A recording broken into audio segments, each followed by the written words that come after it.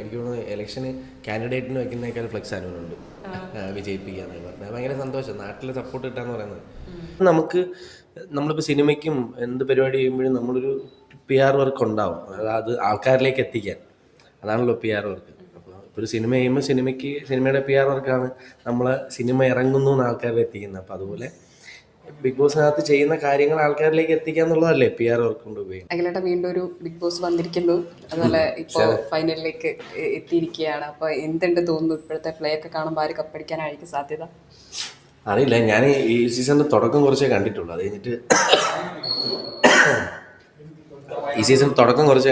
കഴിഞ്ഞിട്ട് പിന്നെ വീക്കെൻഡ് എപ്പിസോഡിൽ മാത്രമേ കാണുള്ളൂ ലാലേട്ടൻ വരുന്നത്. എനിക്ക് തോന്നുന്നു ഇപ്പം മീഡിയയൊക്കെ കാണുമ്പോഴത്തേക്ക് അനീഷും അനുവും തമ്മിലുള്ളൊരു ഭയങ്കര മത്സരമാണ് നടക്കുന്നതെന്ന് തോന്നുന്നു. ആര് കപ്പടിക്കുമെന്ന് അറിയില്ല. രണ്ടുപേരും ഡിസർവ്ഡ് ആണ്. രണ്ടുപേരല്ല, 5 പേരും ഡിസർവ്ഡ് ആണ്. പിന്നെ ഞാൻ വിചാരിച്ചു നൂറയും ഇതിലേക്ക് ഫൈനൽ 6 ആയിട്ട് വരുമെന്ന് വിചാരിച്ചു. ഫൈനൽ 5 ആയിപ്പോൾ. ഫൈനൽ 5 ആണല്ലോ സാധാരണ. അപ്പം പിന്നെ എനിക്കറിയില്ല, സോഷ്യൽ മീഡിയ കാണുന്നതാണ് അനുവും അനീഷും തമ്മിൽ ആ മത്സരം ഒന്ന് ഉള്ളത്. ബാക്കിയുള്ള യഥാർത്ഥ കഥ എനിക്കറിയില്ല. എല്ലാവരും നല്ല പ്ലേയേഴ്സ് ആയിരുന്നു. അക്ബറും നെവിനും ഷാനവാസൊക്കെയ, പിന്നെ അനീഷ്, അനു, നൂറ, ആദില. ലാസ്റ്റിലോട്ട് എത്തുമ്പോൾ അവസാനത്തെ 10 എന്ന് പറയുന്നത് ഭയങ്കര ഭാഗ്യം. എല്ലാവരും നല്ല മത്സരമായിരുന്നു. ആരായിരിക്കും എന്നറിയില്ല. ഇപ്രാവശ്യം എന്ന് പറഞ്ഞാൽ കൂടുതൽ ചർച്ചയായിട്ടുള്ളത് PR ആണ്. ഒരു PR വർക്ക് നടന്നിട്ടുണ്ട് എന്ന് പറഞ്ഞാൽ ഇപ്പോൾ 16 ലക്ഷത്തിന്റെ PR അനുമോള് കൊടുത്തു എന്നൊക്കെ പറഞ്ഞായിരുന്നു വലിയ ചർച്ച. ശരിക്കും ഒരു 16 ലക്ഷത്തിന്റെ PR കൊണ്ടൊക്കെ നമുക്കൊരു വിജയം ബിഗ് ബോസിൽ നേടാൻ പറ്റുമോ? അനുമോക്ക് അങ്ങനെ കൊടുക്കേണ്ടി വരുമോ? PR-ന്റെ കുറിച്ച് എനിക്കറിയില്ല, ഒന്നാമത്തെ കാര്യം. ഞാനിത് കൊടുത്തിട്ടില്ല പോയപ്പോൾ. അപ്പോൾ ഇതിൻ്റെ ഒരു വർക്കിംഗ് പ്രോസസ്സ് എങ്ങനെയാണെന്നുള്ളത് നമ്മൾ കൊടുത്താലല്ലേ നമുക്ക് അറിയാൻ പറ്റുള്ളൂ. ഇപ്പം നമ്മൾ കൊടുത്തിരുന്നെങ്കിൽ എനിക്ക് പറയാമായിരുന്നു, എനിക്ക് ആലോചിച്ച് പറയാമായിരുന്നു, ഞാൻ അന്ന് അത്ര കൊടുത്തപ്പോൾ ഇത്ര പരിപാടി, അപ്പോൾ ഇത് ഇത്ര കൊടുത്താൽ ഇത്ര നടക്കും അന്നെനിക്ക് പറയാൻ പറ്റുമായിരുന്നു. പക്ഷേ ഞാൻ ഈ സാധനം കൊടുത്തിട്ടില്ല. എനിക്ക് ഇതിൻ്റെ ഒരു എങ്ങനെയാണ് ഇവരുടെ പ്രോസസ്സ് എന്താ, ഇവരെങ്ങനെ എന്തൊക്കെ രീതിയിലാണ് വർക്ക് ചെയ്യുന്നതെന്നൊന്നും എനിക്ക് അറിയില്ല.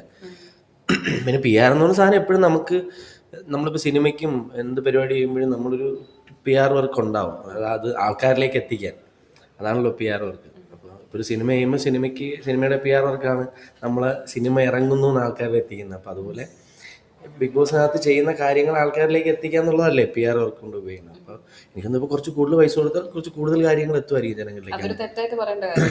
അത് ഓരോരുത്തർ ഇഷ്ടമല്ലേ PR കൊടുക്കണോ വേണ്ടേ എന്നൊക്കെ ഉള്ളത്. ഓരോ പേഴ്സണൽ ഇതാണ്. അപ്പോൾ അത് വേറൊന്നുമില്ല. നമ്മൾ ഇപ്പം ഈ ഭയങ്കര PR-നെ കുറിച്ചാണ്. PR മറ്റുള്ളവരെ ദ്രോഹിക്കാതിരിക്കുക എന്നുള്ളത് മാത്രമേ ഉള്ളൂ. ബാക്കിയൊക്കെ സ്വന്തം കാര്യത്തിന് സെൽഫ് ബൂസ്റ്റിന് വേണ്ടിയിട്ട് നമുക്ക് ചെയ്യണമല്ലോ. അത് മറ്റുള്ളവരെ ദ്രോഹിക്കുന്ന രീതിയിലേക്ക് പോകുമ്പോഴാണ് ഇത് ചർച്ചയാവും, പ്രശ്നങ്ങളൊക്കെ ആകുന്നു. അനുമോൾ നമ്മളെ നാട്ടുകാരിയാണ്. നമ്മളൊരു നാട്ടിലാണല്ലോ അനുമോൾ അടുത്തറിയാം. അക്ബറിനെ അറിയാം. അനുമോളെ അടുത്തറിയാവുന്നോണ്ട് ചോദിക്കുക, അനുമോൾ അങ്ങനെ ഒരു 16 ലക്ഷം ഒക്കെ കൊടുക്കുമോ? ഞാൻ അങ്ങനെ ചോദിച്ചാൽ എനിക്ക് അറിയില്ല. അനുമോൾ അടുത്തറിയാവുന്നതിന് ഞാനും അനുമോളും ഒരു നാട്ടുകാരാണ്. പിന്നെ ഒരുമിച്ച് വർക്ക് ചെയ്തിട്ടുണ്ട്.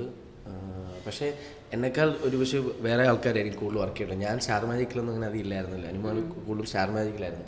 അപ്പം നാട്ടുകാരാണ് എന്നുള്ളൊരിതേ ഉള്ളൂ. ഇതൊന്നും നാട്ടിലൊക്കെ ഭയങ്കര സപ്പോർട്ടായിരുന്നു. അവിടെയൊക്കെ എനിക്ക് തോന്നുന്നു ഇലക്ഷന് കാൻഡിഡേറ്റിന് വെക്കുന്നേക്കാൾ ഫ്ലെക്സ് അനുവനുണ്ട് വിജയിപ്പിക്കാന്ന് പറഞ്ഞാൽ ഭയങ്കര സന്തോഷം. നാട്ടിലെ സപ്പോർട്ട് കിട്ടാന്ന് പറയുന്നത്. ശരിക്കും അനുമോൾക്ക് ഇപ്പോൾ പലരും പറയുന്നു കൂടുതൽ കോണ്ടന്റ് കൊടുക്കുന്ന അനുമോളാണ്. എങ്കിൽ കൂടിയും ഈ കൂടുതൽ കോണ്ടന്റ് കൊടുക്കുന്നതുകൊണ്ട് അനുമോൾക്ക് പുറത്തൊരു ഹേറ്റേഴ്സ് ഉണ്ട്, അങ്ങനെ ഫീൽ ചെയ്യുന്നുണ്ടോ? എനിക്കറിയില്ല. ഞാൻ ഇത് ഫോളോ ചെയ്യാത്തതുകൊണ്ടായിരിക്കും. ഞാൻ എപ്പിസോഡുകൾ കാണാറുണ്ട്. പിന്നെ ഇതിനെ പറ്റി പുറത്തുള്ള ചർച്ച ഞാൻ നോക്കാൻ പോറില്ല. അതല്ലല്ലോ എൻ്റെ ഒരു പരിപാടി. സോഷ്യൽ മീഡിയ നോക്കുമ്പോഴാണ്